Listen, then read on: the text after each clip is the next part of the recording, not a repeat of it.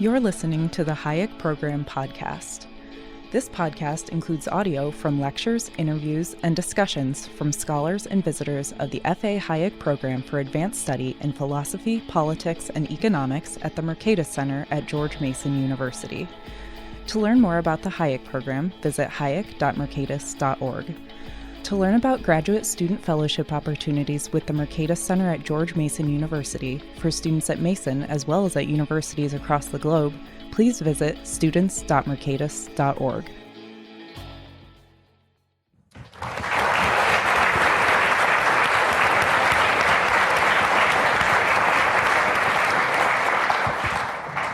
Thank you, Peter. We're here, of course, not to honor Henry Manne, but we're here to honor one of the great towering figures of intellect in the world in the 20th and early 21st century, Jim Buchanan. We have a rather extraordinary panel. One might say, what's a mere lawyer, law dean have to do with anything like this? Well, to give you a little background. Jim Buchanan and I have a lot in common. First of all, we're both from Tennessee. Not many people know that. We both went to college in Tennessee. We both left Tennessee and went to the University of Chicago. As a matter of fact, we overlapped there. We were about the same time. And then after lots and lots of moves, we finally found our proper home feeling at George Mason. We enjoyed quite a few years here together. My connection personally, however, with public choice theory and therefore with Jim, began in 1962 when I read, to my utter amazement, a book called The Calculus of Consent. I was just totally enamored of it. And I said, you know, this is something that the lawyers and the legal scholars have been looking for and needing for a long time. And so I wrote a review of the book, which I'm guessing, because it wasn't easy in those days, 5 or 6 major journals turned down. I was able to lean on my own local review. George Washington University published the review. And I can tell you, it is the only review ever written of that book in a law review. About 6 years later, I was a professor at the University of Rochester. Teaching economics, I was in the political science department with Bill Riker and Dick Fenno. Fenno was then the editor of the American Political Science Review, and he too confessed that no political science review had reviewed that book. Well, with pressure from me and from Riker, that was remedied, and the rest is certainly the better part of intellectual history. There was one other similarity. Jim and, of course, with Gordon Tullock, in oversimplified fashion, you might say, introduced the great analytical power of economics to the field of political science, of political activity. I was very active, as Peter mentioned, in doing the same thing with law. And thereby, both those fields that had been extremely moribund intellectually theretofore came alive. They are very different fields today, each, I think, worthy of being in a university than they were back in the days before public choice theory. At any rate, I've had my say about law and economics, which is not otherwise noted on the program. And so to the more serious business that you're here for. Our first speaker, Amartya Sen, is the Thomas W. Lamont University professor and professor of economics and philosophy at Harvard University. From 1998 until recently, he was also the master of Trinity College, Cambridge. In 1998, he was awarded the Nobel Prize in Economic Sciences for his work in welfare economics and social choice. Dr. Sen is best known for his work on the causes of famine, and his research led to the development of solutions for limiting the effects of food shortages. Great pleasure to introduce Amartya Sen.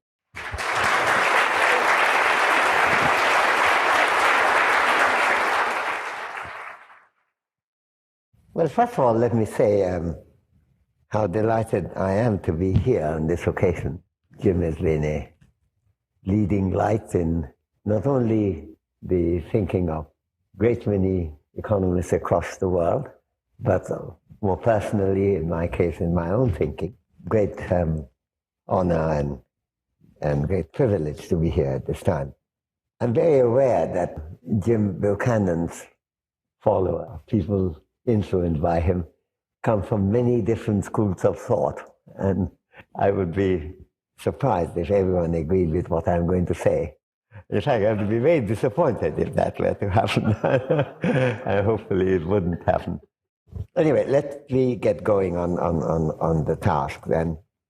I'd like to thank Henry Manne for his kind introduction. I didn't get the point about the stable food price either, but perhaps someday you can tell me where you got that from. More than 200 years ago, in 1807, William Wordsworth wrote, I quote, "Every great and original writer, in proportion as he is great and original, must himself create the taste by which he is to be relished." I thought of this Wordsworthian remark as I contemplated the different aspects of the greatness of James Buchanan. His originality has been so striking and so far-reaching that it is easy to identify his greatness with any of his many powerful contributions. Depending on your own priorities, you can try to place Buchanan's greatness in contributions. So depending on your priorities, you can try to place Buchanan's greatness in contributions such as the founding of public choice theory, or generating an understanding of the demands of constitutional thinking, or clarifying the connection between markets and liberties. In an obvious sense, each of these answers, and there are several others, would be a plausible diagnosis of the greatness of Jim Buchanan. And yet, none of these distinct answers pointing to specific contributions, nor the totality of such answers, can quite capture the way Buchanan has enriched economic, political, and legal thinking. Buchanan has, in addition to all this, created a profoundly important taste, in the Wordsworthian sense, for sophistication in social thought, particularly in relation to the role of public discussion and of human interaction in society. If the importance of institutions, which Buchanan has emphasized throughout his life, is one of the bases of this cultivated taste, Buchanan's persistent pointer to the interaction between people is certainly another. Let me use the short time that I have in commenting briefly on the role of a major hero of mine in pursuing this line of reasoning, even though, as I already mentioned, I'm very aware that no one assessment of Buchanan's outstanding achievements, seen from any perspective, will satisfy all others to whom Buchanan is also a hero. But for what it is worth, here is my take on the task that I have been given. Let me begin by invoking not so much Frank Knight and Wicksell, who were Buchanan's own heroes, but the much earlier enterprise of what is now called the European Enlightenment. As it happens, Knight and Wicksell actually do fit into that long history. Many Enlightenment thinkers in the 18th century, from Adam Smith and Immanuel Kant to Marquis de Condorcet, wanted a society in which reasoning rather than faith would be supreme, and in which public reasoning would be one of the principal aspects of human interaction. The origin of the expression government by discussion, describing democracy thus, may be attributed to Walter Bagehot or to John Stuart Mill in the 19th century, but that is also what Smith and Kant and Condorcet were substantively seeking in the previous century through their own political philosophies. However, taste for and the acceptance of public reasoning are not easy to achieve. While Smith and Kant remain largely academic thinkers, Condorcet, who also was a practical activist, failed in his attempt to generate a tolerant and interactive society in France, so much so that he himself was threatened with the imminent prospect of execution during the Reign of Terror following the Revolution. He chose to take his own life before others could do the killing. James Buchanan's leadership in social thinking, of which his pioneering role in establishing the new discipline of public choice theory is a part, has been deeply concerned with creating, through arguments as well as advocacy, a climate of public reasoning. This has not only been a major line of emphasis in Buchanan's own writings, it has also helped to give shape to his other commitments, for example, to democracy, to liberty, to constitutional political economy, to the use of market economy, and even to the understanding of the basic principles of public finance. His efforts have not been aimed to establishing some dazzling new theorem or analytical result, but with changing the entire climate of social decision-making. Let me illustrate the connection involved by commenting in particular on the relation between Buchanan's public choice theory and Arrow's social choice theory. The Marquis de Condorcet did pioneering work, along with other French mathematicians like Jean-Charles de Bourda, on the analytical and mathematical aspects of interpersonal aggregation. And it is to that the Arrowian social choice theory traces, the Arrowian social choice theory traces its early ancestry. But Condorcet was also deeply concerned with public reasoning, which could change people's views and priorities rather than taking their preferences, which are to be aggregated, as being simply given. By clarifying the role of that momentous engagement in a truly outstanding pair of articles in the Journal of Political Economy in 1954, and I still remember my thrill when I first read these as a student, Buchanan immensely enriched the subject matter with which social choice as well as public choice has to be centrally engaged. In contrast with Arrow's initial inclination, as Arrow himself put it, I quote, to assume that individual values are taken as data and are not capable of being altered by the nature of the decision process itself, unquote, Buchanan insisted that, I quote, seeing democracy as government by discussion implies that individual values can and do change in the process of decision-making, unquote. It can be claimed that it is only through Buchanan's expansion of Arrow's departure that we can do justice to what we may call the Enlightenment enterprise of advancing rational decision-making in societies, which lies at the foundation of democratic modernity. At the risk of some self-indulgence, let me illustrate the relevance of this issue by referring to a subject in which I've been myself involved. One of the striking features in the history of famines in the world is that they never occur in a functioning democratic society. In explaining this empirical phenomenon, it's not adequate to point to the fact that democratic voting procedures give potential famine victims a vote which could bring a government down if the government did not take adequate steps to prevent famines. The complete inadequacy of this explanation lies in the fact that only a very small proportion of the population is struck by a famine, typically 5% or less, almost never more than 10%.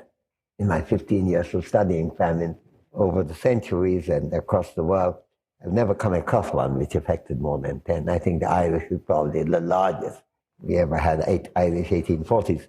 How can such a small proportion of voters acting according to their own self-interest become such a potent force in preventing famines through electoral democracies? The theory of majority decision will have absolutely nothing to offer in providing an explanation here. There's a particular need in this context to examine value formation that results from public discussion of altogether miserable events, in generating sympathy and political commitment on the part of citizens to do something to prevent the occurrence of such disasters. It is that process, which is an integral aspect of the role of public reasoning, that Buchanan has emphasized and made us understand, which makes democracy as government by discussion a central aspect of the prevention of disastrous social events such as famine. So we have to turn to value formation rather than given values, majority decision, to seek an explanation. I can give many other examples. In considering this example, it might be tempting to think that this Buchananian line of reasoning in terms of value formation to public discussion works only by denying another allegedly Buchananian precept, to wit, taking human beings to be fixated only on the pursuit of self-interest, particularly drawing clue from parts of the calculus of consent. Is the domination of self-interest in human behavior not another basic principle of public choice theory, advanced by the same Buchanan? And is that not a necessary part of seeing the role of market economy for generating economic efficiency? Is this not then some self-contradiction in Buchanan's own integrated position? This line of questioning arises, I believe, from a total misunderstanding of Buchanan's sophisticated reasoning about human behavior and social interaction. Buchanan takes human beings as they are and as they reason and interact with each other. And in this picture, self-interest does indeed play a role, because we have reason for self-interest in many contexts. But it's not the only influence on human behavior. To say that, and I quote from Buchanan, a model of self-interested motivation necessarily becomes acceptable to a degree, unquote from Buchanan, which is adequate in showing the place of egoistic incentives in human behavior and this is an important point, in generating market efficiency, does not require us to assume, as Buchanan himself points out, I quote from him again, this is from Freedom in Constitutional Contract, self-interest as commonly understood, this is Buchanan, self-interest as commonly understood, or even utility maximization in its broadest sense, can support the explanatory burden placed upon it by, it does not require you to assume, there's a negation there, can support the explanatory burden placed upon it by the most extreme of modern economic imperialists, unquote. Self-interest, so this is not something which is needed and is not something that he's subscribing to, indeed he is denying. Self-interest pursuit is seen by Buchanan as only, quote unquote, a part of human motivation, which is in fact all that is needed for the markets to work. This is a point that's quite often misunderstood, because this whole idea that you have a entirely self-interest, no other motivation, in order to explain that markets work, is a complete caricature of the reasoning that enters in economic decision-making in any field, including in the market economy, a point that Adam Smith knew with crystal clarity, and so does Buchanan. And indeed, as Buchanan goes on to explain, I quote from Buchanan again, this position allows me to accept, with Aristotle and with everyone else, that man is indeed a social animal, and also to accept, with Adam Smith, an important role in human action for sympathy with fellow human beings, unquote. There is thus no need for any willing suspension of disbelief in seeing the role that Buchanan gives to incentives, and no need to make human beings the base and narrow-minded creatures that they emphatically are not. If the taste that Buchanan contributes to advancing is one of human broadening through public interaction and reasoning, there's nothing there that goes against the rightful recognition of the place of markets in society, on which Buchanan rightly insists. That place must not be confused with giving it a solitary role in creating a good society, or even an efficient economy. To the extent that a market economy cannot deal with a problem which may demand other interactive institutions, there is again no tension in Buchanan's overall position.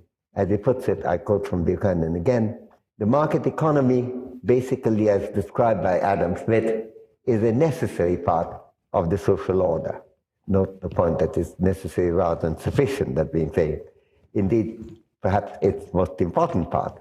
But the economy cannot function in vacuum. It must be incorporated in, and must be understood to be incorporated in a structure of law and institutions, unquote.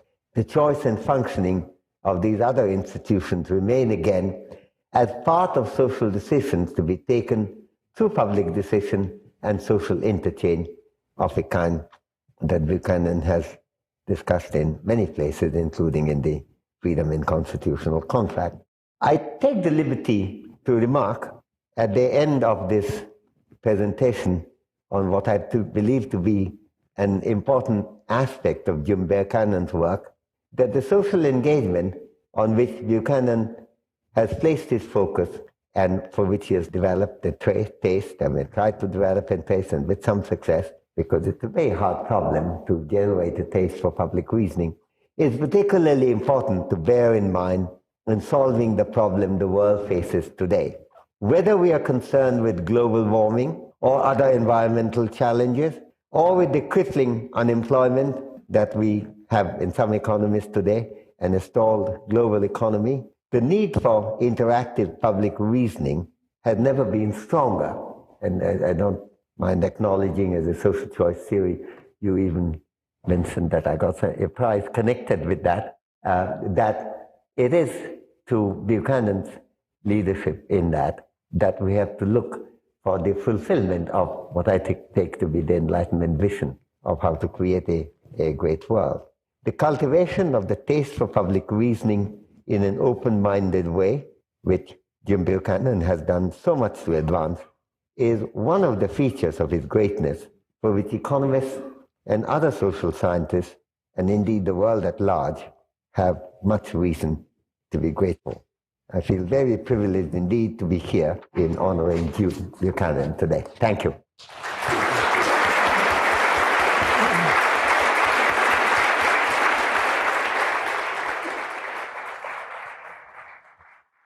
Our next speaker is Professor Elinor Ostrom. She is the Arthur F. Bentley Professor of Political Science and Senior Research Director of the Workshop in Political Theory and Policy Analysis at Indiana University in Bloomington. In 2009, she received the Nobel Prize in Economic Science for her analysis of economic governance, especially the commons. Dr. Ostrom was elected a Fellow of the American Academy of Arts and Sciences in 1991, member of the National Academy of Science in 2001. She is past president of the American Political Science Association and has been the president of the Public Choice Society, the Midwest Political Science Association, and the International Association for the Study of Common Property. Dr. Ostrom has served on numerous advisory and editorial boards and has been a consultant for various task force committees. It's a great pleasure to introduce Dr. Elinor Ostrom.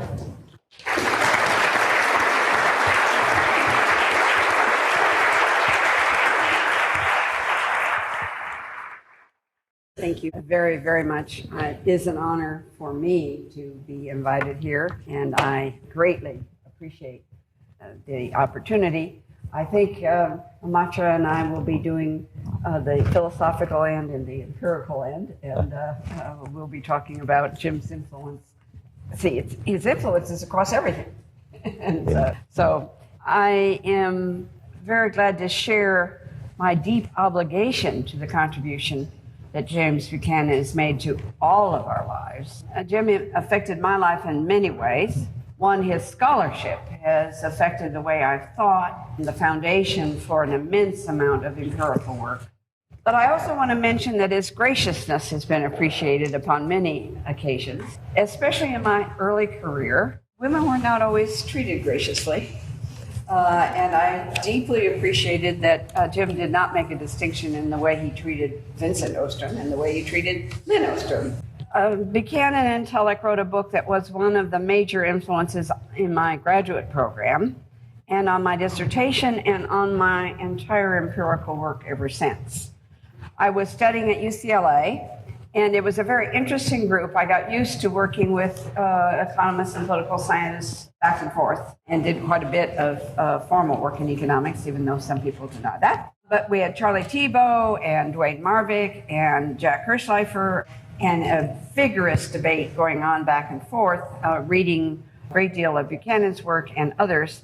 They were struggling to understand how citizens could solve problems in urban areas. And there was no presumption among any of these colleagues that citizens were dumb and unable to solve problems. And that has come into our literature later than what Jim started off and has continued and is always looking at the role of citizens. In fact, Thibault and Vincent Ostrom worked very hard to try to articulate why having a single large government unit serving a metropolitan area was not conducive to either self-governance or efficiency. And if we go back to page 114 of Calculus of Consent, but on page 114, there's a comment, both the decentralization and size factors suggest that when possible, collective action should be organized in small rather than large political units. Organizations in large units may be justified only by the overwhelming importance of the externalities that remain after localized and decentralized collectivization. Somehow we have forgotten this core idea and forgotten that a lot of people, students come in and they ask, what is democracy? And they say, it's voting. Democracy is defined by voting for officials, not by people being engaged in constitutional decision-making. And people have lost the idea of a constitution. Some of my students come in and think, well, that's just a piece of paper written by dead old white men at a national level. And the idea that citizens craft their own rules and really struggle with how to get things organized at a local community as well as all the way up has been lost. And so I'm here to appreciate Jim and to tell all of the young people in this audience, go forth, teach his work, and there's a lot of empirical work now that supports it. And I'll go over just some of that briefly, but this is really important. So what we have now is a pretty intensive research program that has looked at the concept. Growing out of this was the concept of polycentricity. And the term has confused many people. But the idea was, okay, if you have a small unit that does have some kind of things like a school district or a local park or any of a variety of things that could be organized at a small level, there are other things in the same area that need to be organized at a large. And they're not competitive. If you have a polycentric system with small, medium, large, and very large, then you may be able to have the calculus of consent developed and worked out. And our research has shown this to be very important. One of the places that we were able to do studies was on policing in urban America. I've kidded people sometimes that I've ridden in more police cars than I think most people in the audience have done. I visited more jails. And I've seen the ways that police officers who are in a community where local people have constituted, the way they deal with citizens is different than when you're in a metropolitan area police department, huge one, with 350 or 500 officers, and they are not seeing themselves as responsible to citizens. They have a union, they have certain hours. There's just an entirely different mentality. And if you're in a police car for 8 hours with officers serving these areas, they don't know the area. And whenever I would be in a police car with an officer from a small department, they would start telling me, now, over here in this park, this is where a lot of the kids play, and we're nervous now. There's starting to be a problem where there are some gangs forming, and they're watching. They're watching early. They sometimes will take someone to someone's home in order to discuss it. They don't put them in jail like this. In the big cities, it's put them in jail right away. And the problem of putting young people in jail instead of trying to figure out how to help them become real citizens and become a real part of a democratic system is just dramatic. So we have an immense amount of evidence. On the front of, well, we have to have large because there are economies of scale. The presumption is that people who are local officials held accountable to citizens won't figure that out. Again, there's some smart people out there. We're not part of them. The citizens aren't part of them. If they come in and they figure it out, and somehow we've just got to get in our teaching the work of Buchanan early so that students learn about the role of citizens in making rules, collective, constitutional choice, but constitutional choice for a neighborhood, constitutional choice about that neighborhood park where there are problems. So now what do we do in terms of which parents start to go there at what time so that we're sure that we have parents involved in that local park? That's constitutional choice to decide what rules we're going to use, et cetera, about a local park. And they can be good examples for your students to try to understand where people have those ways of organizing and where they don't.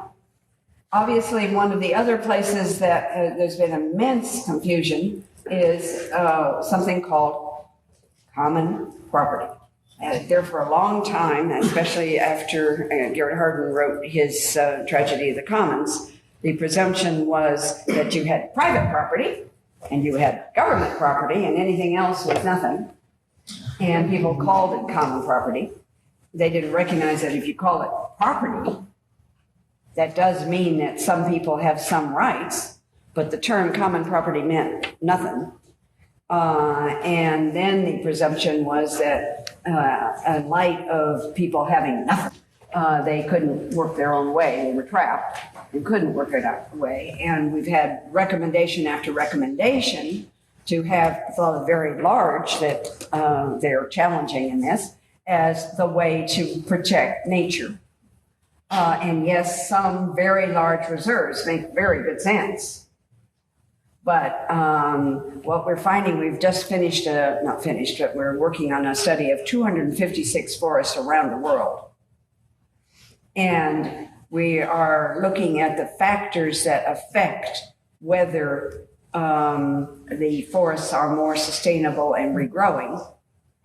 And you'll be very surprised at the factor that comes across time after time after time as one of the important ones. And it's whether the people who are being served, supposedly, living around, think it important enough to invest themselves in monitoring. So what it means is that the kind of long-term interest that you get here, that citizens can have a really long-term interest in something if they have some control over it. Then if they have some control, and we find if they can harvest at least some things, they have a long time horizon. And with a long time horizon, they're then much more interested in maintaining and monitoring and keeping that system going. When they have no long-term time horizon, some big guy comes along with a big truck and a lot of money and it says, what's the best way into the forest? And I'll give you X if you'll be quiet. And they're quiet. You know, they have no long term. They're not citizens. And we're consistently making people not citizens. And I keep getting people to read Buchanan so they understand what it means to be a citizen. And I think I'll stop there because we want to give Jim an opportunity. But if there's anyone in this room who has not read I probably have not read all of Jim's work. He's written so much, I probably couldn't read it all. But if we're going to be talking about the sustainability of a democratic system over time and real empirical findings about that, I think Jim Buchanan's work is absolutely foundational, and thank God I read it as a graduate student and have been reading it ever since, because I wouldn't be here tonight but for that. Thank you very much. Eleanor said she wouldn't be here but for that. No, if I hadn't written that review of Calculus of Consent and gotten to know Gordon Tullock and Jim Buchanan, I wouldn't be here, because it was they who recommended me to the then president of George Mason University as the dean for their law school. So I owe a special debt. James Buchanan is, as you know, professor of economics at George Mason and winner of the 1986 Nobel Prize in Economic Science. Best known for developing the public choice theory of economics, which changed the way economists analyze economic and political decision-making, not just economists. Dr. Buchanan's work opened the door for the examination of how politicians' self-interest and non-economic forces affect government economic policy. As the Royal Swedish Academy of Science Foundation noted when it awarded the Nobel to Jim Buchanan, Buchanan has transferred the concept of gain derived from mutual exchange between individuals to the realm of political decision-making. I won't read the rest of it, but engrave those words on your minds. Jim, I'd like to hear your comments. But I'm not going to say very much at all. I appreciate very much the fact that Amartya Sen and Lynn Ostrom have agreed to come and give this talk, and I appreciate their remarks in every respect. I've known both of them for a long time. Lynn was, of course, one of the early founders, so to speak, of public choice. She and Vince Ostrom were there along with the rest of us early on, before we called it public choice, before much happened. And we appreciate her being here, and I was very thrilled when she was awarded the Nobel Prize last year. And we've all followed her work on the commons. She really has affected the literature a great deal. As far as Amartya goes, I remember I've known him since probably in the 60s. I'm not sure. He would know, maybe early 70s. But I remember I first met him at a conference in Siena. Two things I remember about that conference was I remember Joe Stiglitz running around with a bunch of sniveling kids and his first wife, Charlotte. And before he broke up, I remember the difficulty they were having with those children around that conference. And then I also remember that we went to some kind of musical performance down in Siena, and we were supposed to meet to go back to the hotel back to the monastery hotel at midnight.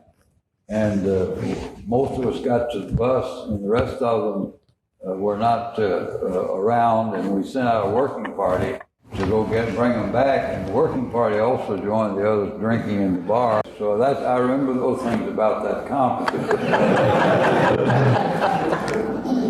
But what I have remembered Amartya Sen for is really, I have watched him through the years. At that time, he was a social welfare function maximizer of the first order. I've always thought of him as to be one of the relatively few amongst my peers in economics who really makes up his mind on the basis of the arguments, on the basis of the reasoning of the arguments, rather than coming at it from a preconceived position. And I do think that he has understood my work and my critique of Arrow better than anybody else, really. I think his presidential address to the American Economic Association spelled that out in some detail. And, I learned from it. Now, for the first time, I began to see and appreciate the other side of that argument. I had never done that before, and that was a good contribution to my own intellectual development, so to speak. So I'm very pleased that he's here and have continued to be interested in what he does. I don't know how he does so much, matter of fact. It's hard for me to say. I had known very little about this whole affair we're in today. They've kept me out of it. Maybe it's appropriate that I have been kept out of it. but I don't know what I was supposed to do and say in this occasion. But I'm very pleased, as I said to start with, I'm very pleased to be here, and I'm pleased that Henry and Amartya and Lynn are here. And I think that's a great honor for me to have that happen.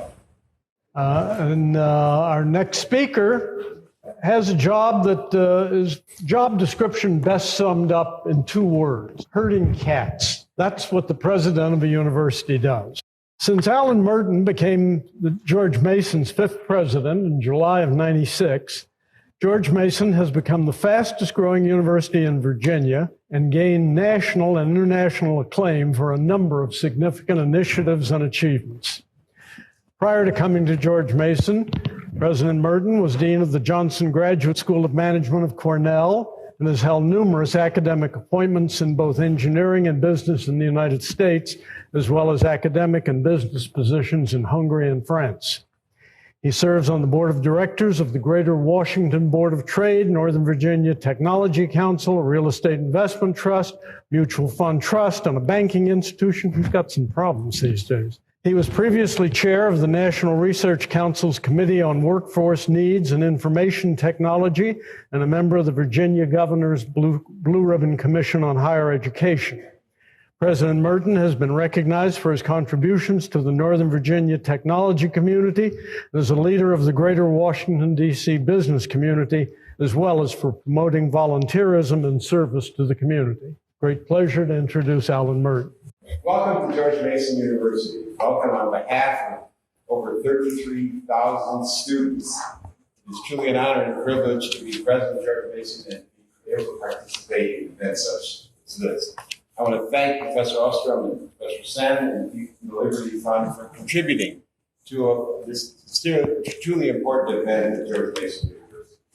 Over the last several years, as we designed this building and then it was being constructed, every once in a while someone would pull me aside, looking for a sanity check, and said, "What are you building that building for?" The answer is this kind of event.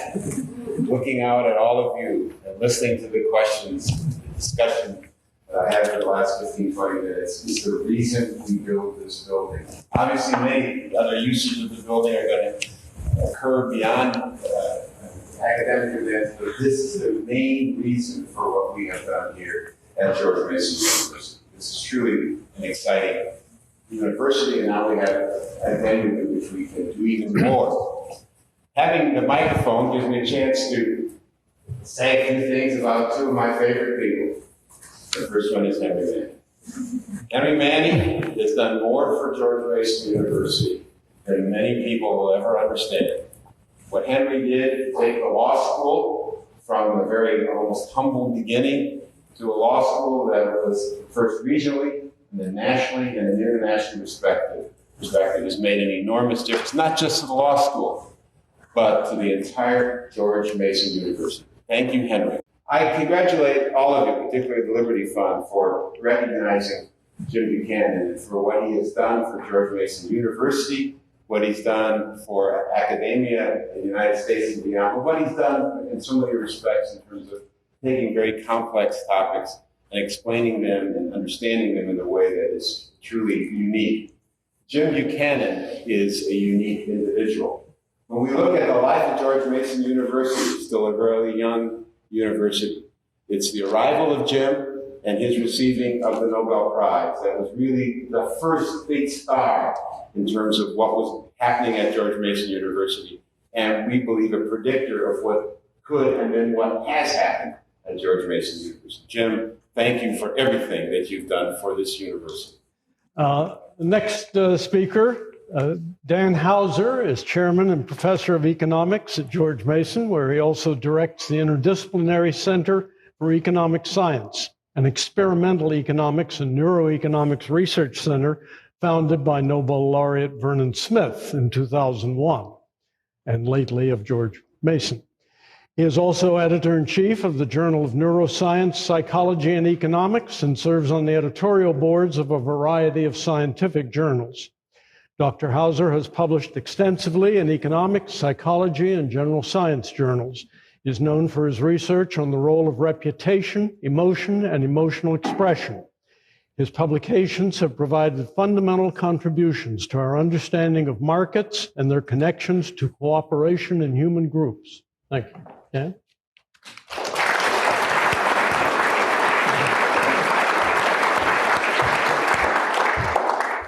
Thank you very much, Henry. It is indeed an honor and a privilege for me to share this stage with this group of distinguished scholars who have come together today to honor James Buchanan.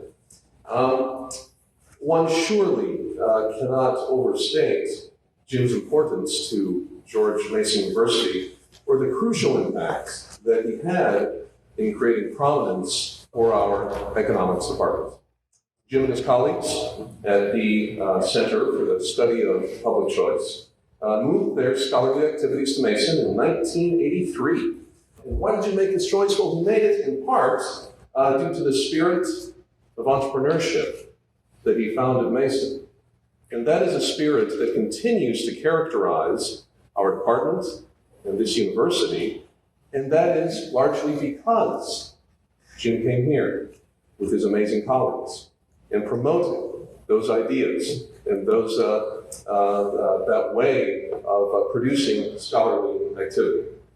Moreover, in moving his center to Mason economics, Jim and his center colleagues provided a crucially important early impetus for our department's rapidly and continually increasing visibility.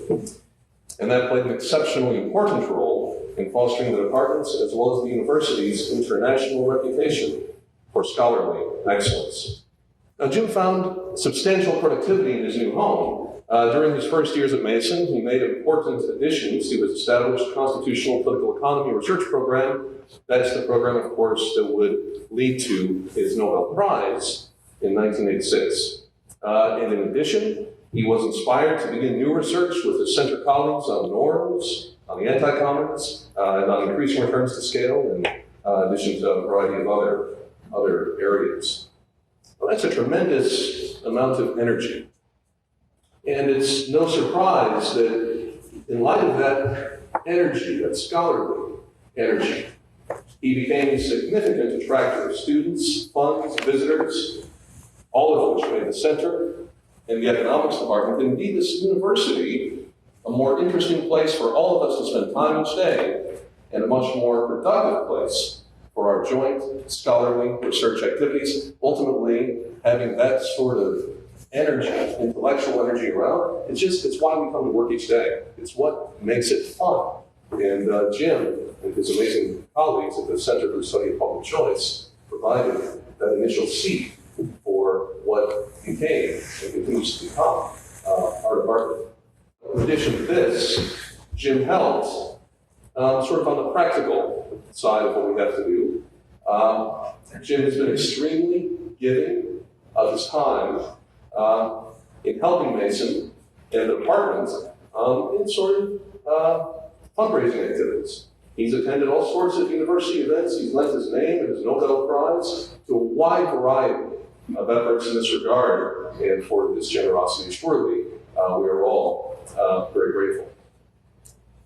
But we're here, not just to recognize Jim, of course, Jim's contributions to Mason to economics, but of course his lifetime of extraordinary scholarly achievements.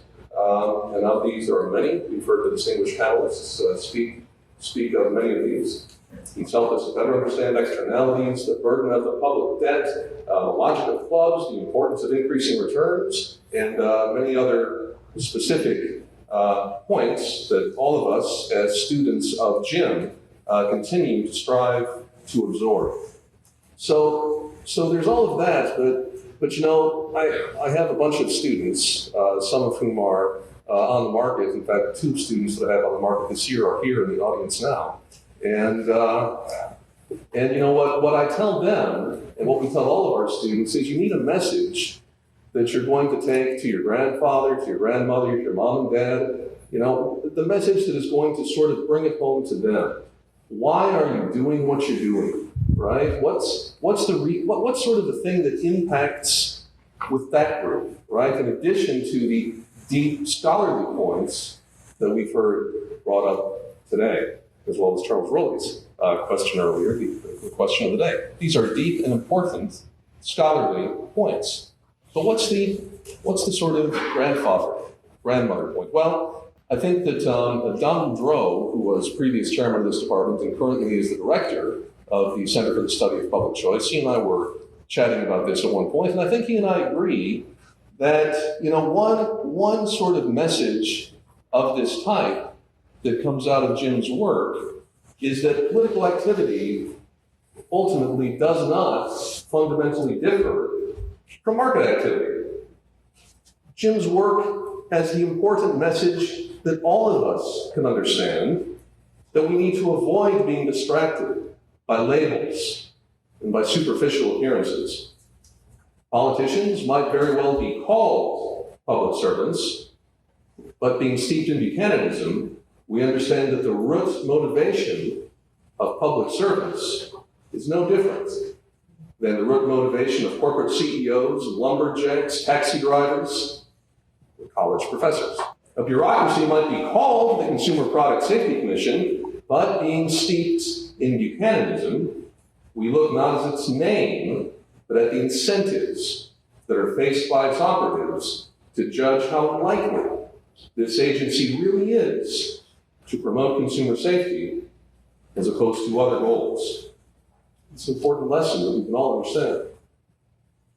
By challenging us to understand that exchanges take place not only within conventional markets, not only when exchanges are mediated by money, but instead are ubiquitous and many-faced phenomenon of human action, Jim Buchanan expanded the scope and the subject matter of economics intelligently, creatively, and in ways that continue to resonate with exceptional importance to all of us. So, thank you very much, Jim, for all you have done for our department, for our university, and for our profession. We all wish you the warmest and most sincere congratulations on this award. The next comment represents something I take particular pleasure in. One hears a vast amount of about money going from the government to universities to support work of one sort and another.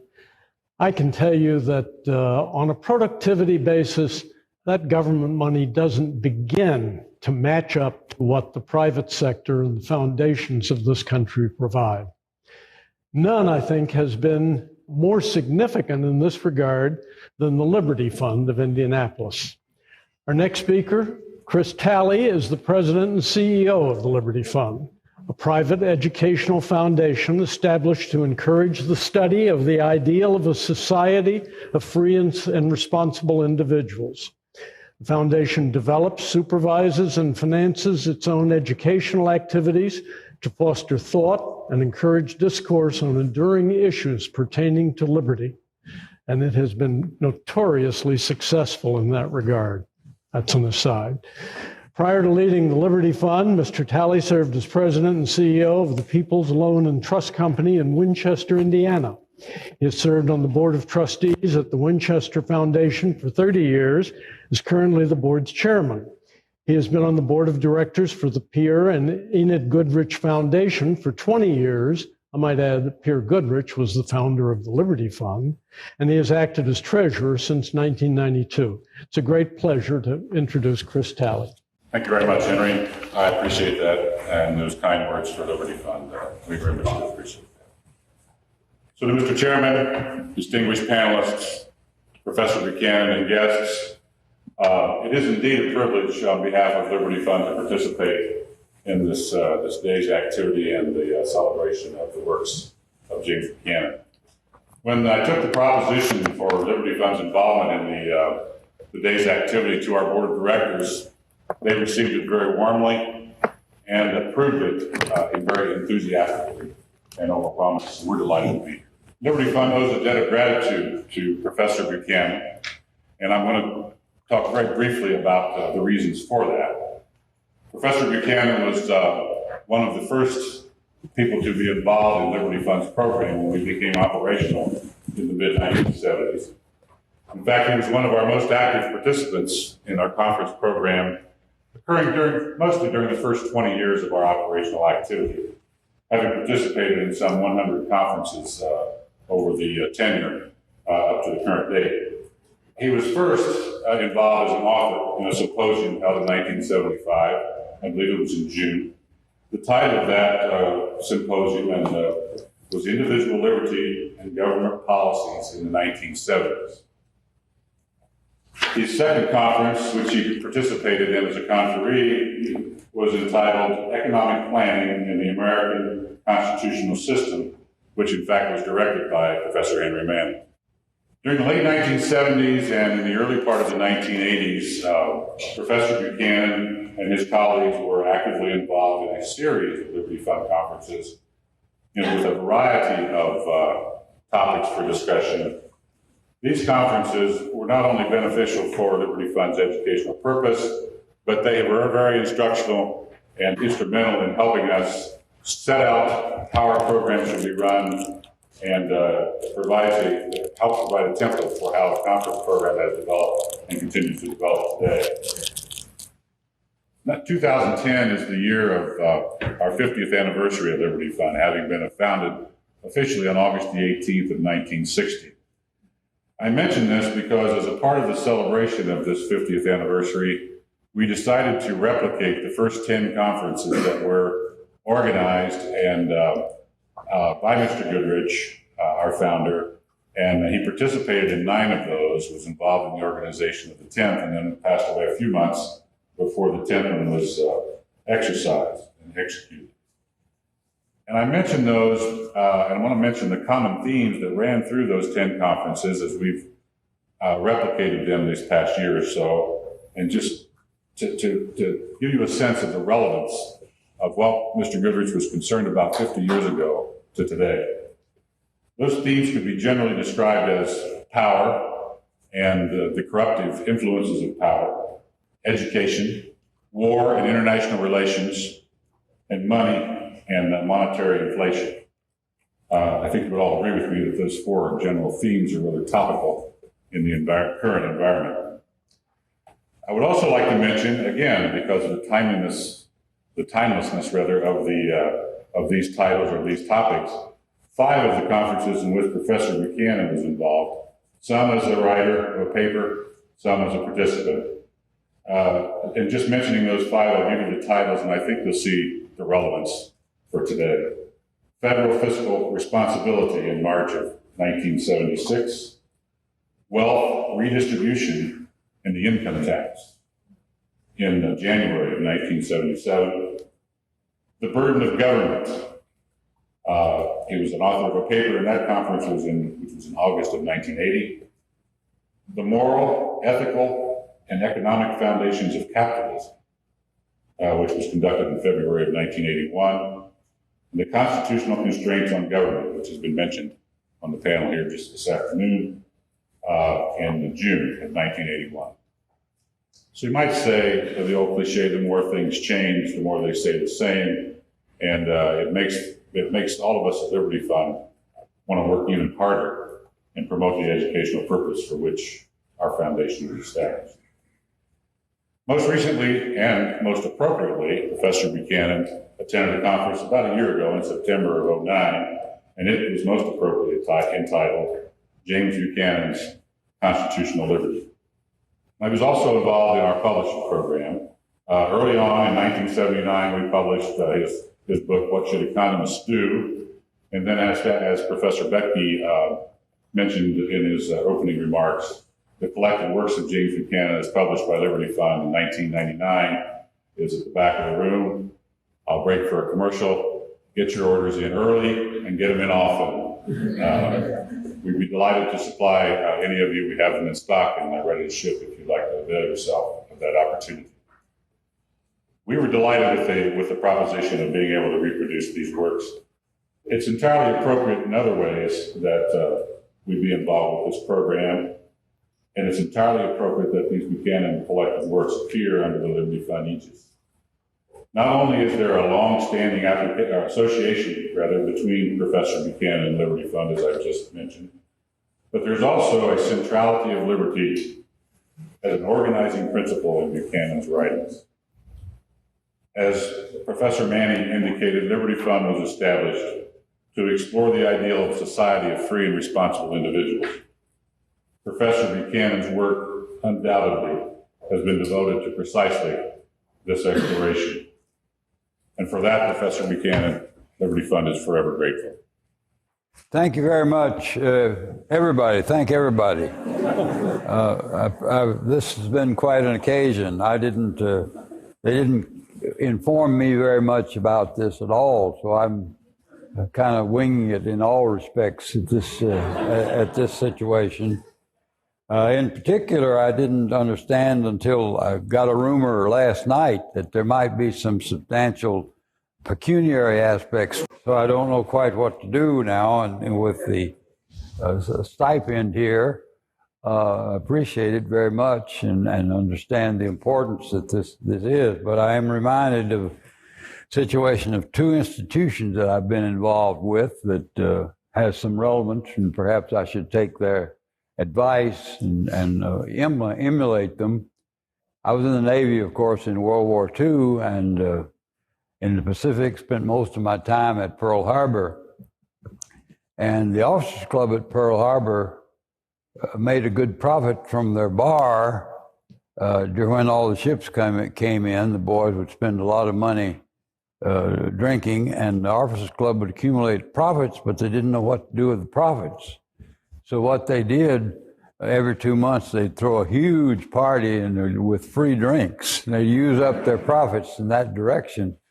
Well, I found out also, I was later associated in Cambridge for a year with Sidney Sussex College, and the colleges there have a tradition, goes back to the medieval times, in which they have an audit feast every year.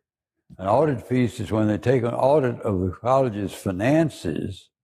They find out those who have made a profit will throw a big feast. And so they call it the audit feast. And so they spend all the profit that the colleges make by having these feasts every year. And as a matter of fact, as a side note, let me say that I've only twice in my life been to a white tie occasion where I had to put on the white tie. Once was, of course, the Nobel ceremony. The other was when I was invited to the audit feast over at Trinity College by Sir Dennis Robertson. That was quite an occasion for me. Anyway, so maybe I should just have a big feast and invite everybody here and send this type in. But I can find better uses for that, I am sure.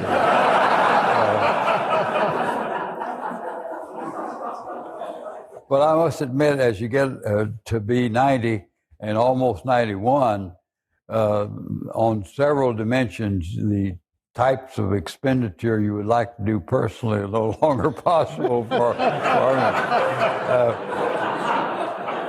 But let me say one or two things that I think there's some relevance, especially to the relevance of this particular Center for Study of Spontaneous Order or Spontaneous Coordination.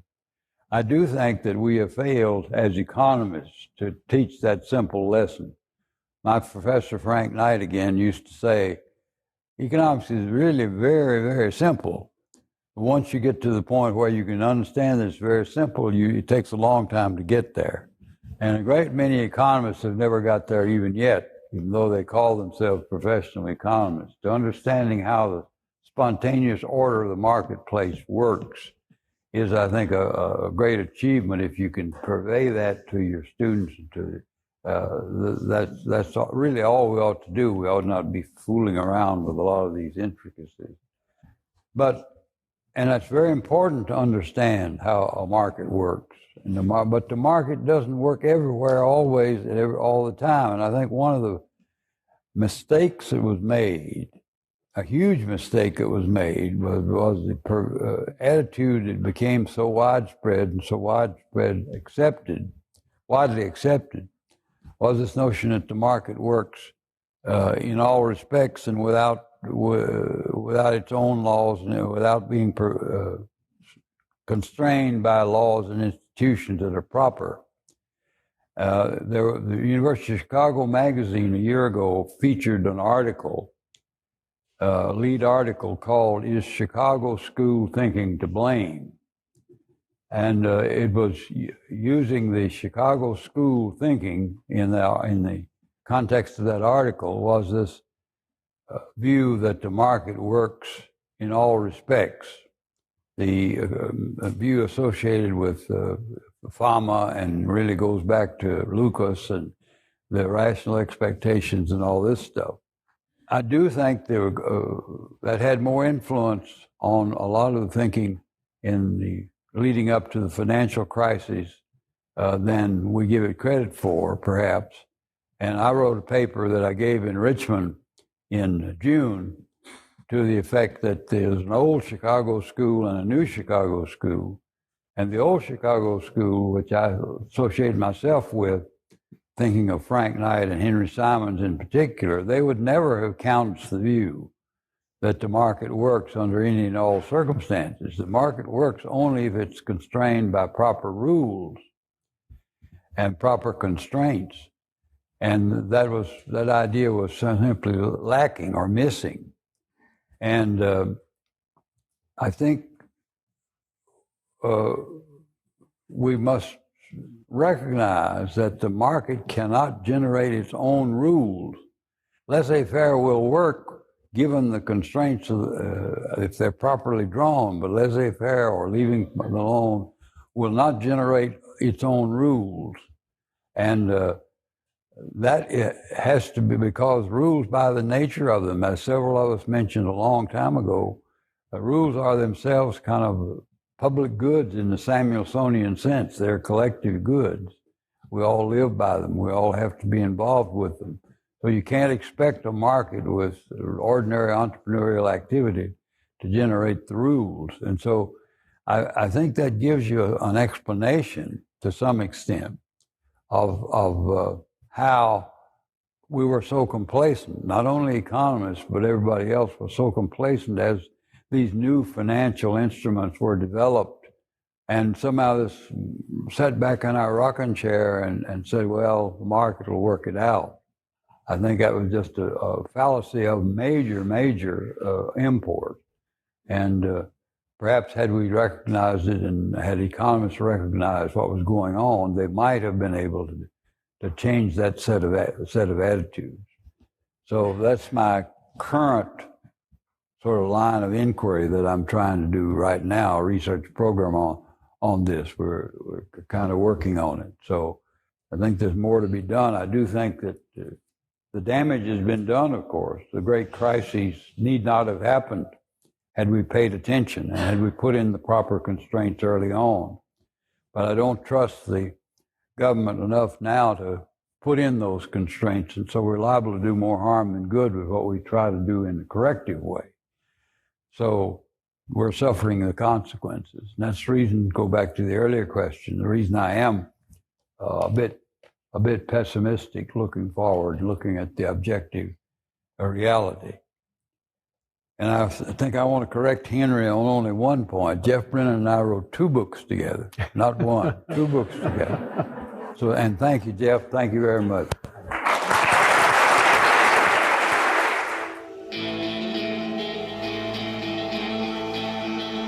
Thank you for listening to the Hayek Program Podcast.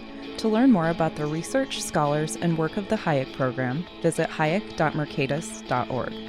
For more information about graduate student fellowship opportunities for students at Mason as well as at universities across the globe, please visit students.mercatus.org. We hope you recommend students to our programs or consider applying yourself.